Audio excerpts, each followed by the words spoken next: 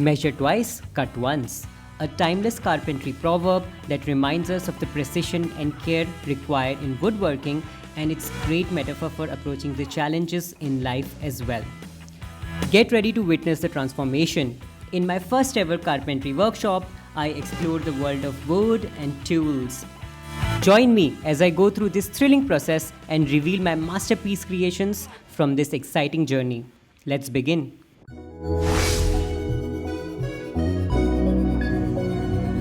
Hey YouTube family, welcome to my channel Decorate with Manas. How are you? So I arrived at the workshop with my friends and I was super excited and super thrilled to see all these tools and wood lying around. It was a creative atmosphere and I was ready to deep dive. Say hello! So our first project is to make a bamboo wind chime, and the workshop began with a few instructions from the team. And as usual, safety is first, so we were supposed to wear masks and a protective eyeglass at all times.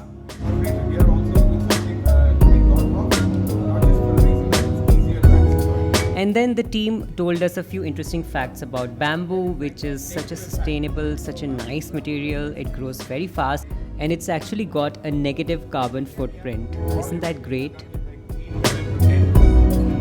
Yay for a sustainable material. The first step was to find the pieces of the wind chimes, basically the hanging pieces. And so we got started looking for our bamboos. The instructor told us to find 4 different pieces with different sounds and different lengths. And we basically also tried to imagine or basically estimate how they would sound when they interact with each other by kind of hitting them against each other, just to get a rough idea. I mean, I don't know much about sound, but I just was trying different things. And so I picked up 4 pieces which I felt were kind of nice looking and sounded okay.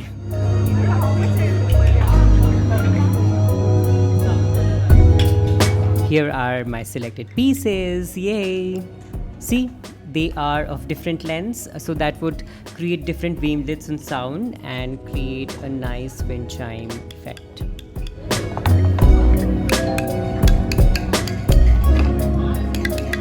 The next step was to make 45-degree slits in these bamboos. Now, the instructors told us that a 45-degree cut kind of makes it more, make the sound more interesting when they hit each other. So we believe them. And these would later be used to kind of cut half of the bamboo piece as well. I'll show you later. But yeah, this was a long, tedious task, and I think at some point my hands kind of started paining as well, but we carried on. I think this was pretty much the strength workout for me for the day, and we also took small breaks in between to kind of relax the muscles. But yeah, it was a lot of hard work just getting those slits.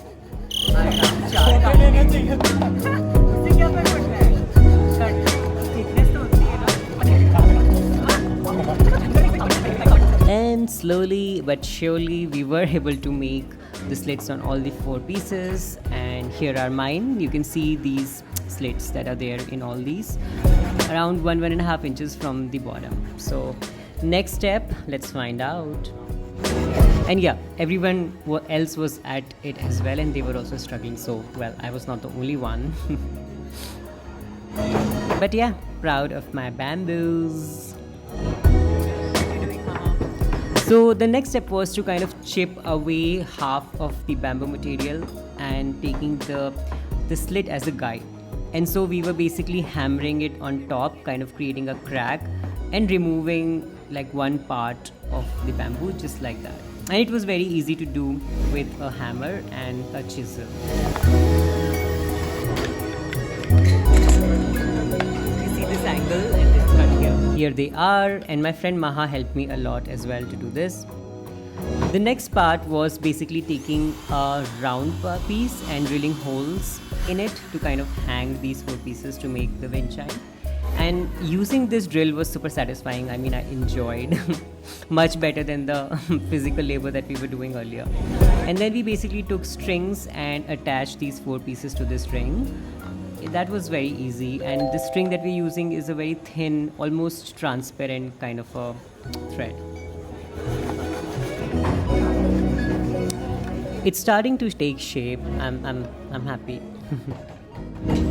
I arranged my bamboos in a increasing order, basically increasing order of height in a circle, and here is how it looks. Yay, doesn't it look nice? What next level thing are you doing, Maha? Everyone in my group was also almost done, and here is my wind chimes. Doesn't it look nice? I'm so proud. Yay.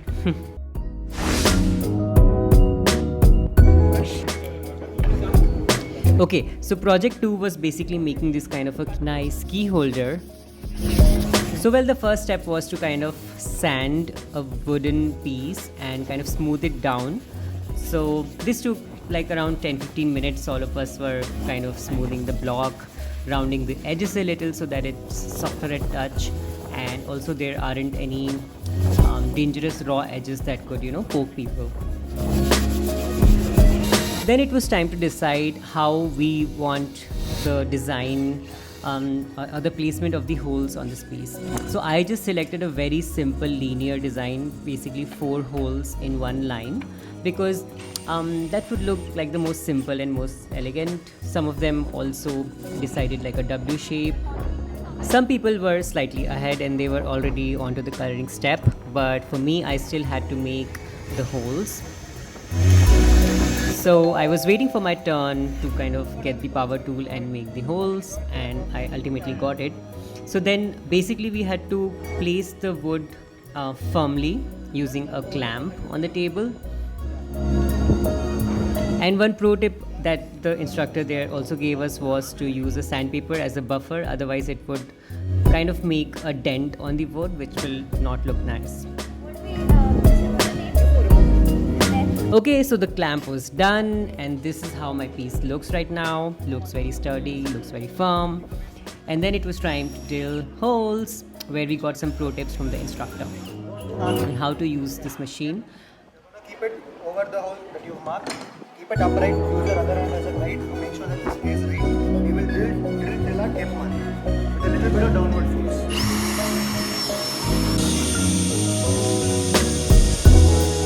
Well, it was time to do it myself, and I tried to be as firm as possible, and I had already marked those marks from pencil, so it was easy. Drilling this was easy. Basically the only thing was to keep the machine upright vertically at a 90-degree angle and not let it bend at an angle, otherwise the hook would be at a weird angle. So just like that I made all the 4 holes one by one, and it was quite satisfying, to be honest. Okay, it's done, and it's time to release the clamp and take out my piece of wood. I gave it another round of sanding so that the uneven edges created by the drilling machine near the holes could be smoothened out, and that took 2-3 minutes. And then the next step was painting. Well, there was only one color available, this chocolate brown color, which actually looks good. And we used masking tape to kind of make any patterns or designs that we wanted to. And I made vertical stripes. You will see it in the next step, but I put the tape and then created these vertical stripes using the blocking technique, using the masking tape. So it was fun. And then off camera, I also drilled, basically hammered those beads in the 4 holes that were there. And by the way, painting here was also a great opportunity to kind of connect with people and just share experiences and have fun with them as well. This is how my piece looks. 1, 2, 3. Ta-da! Doesn't it look beautiful and pretty? I mean, it's simple but yet elegant, and obviously it's handmade, so I would always love my baby. Let me know in the comments, how did you like it? Bye for now.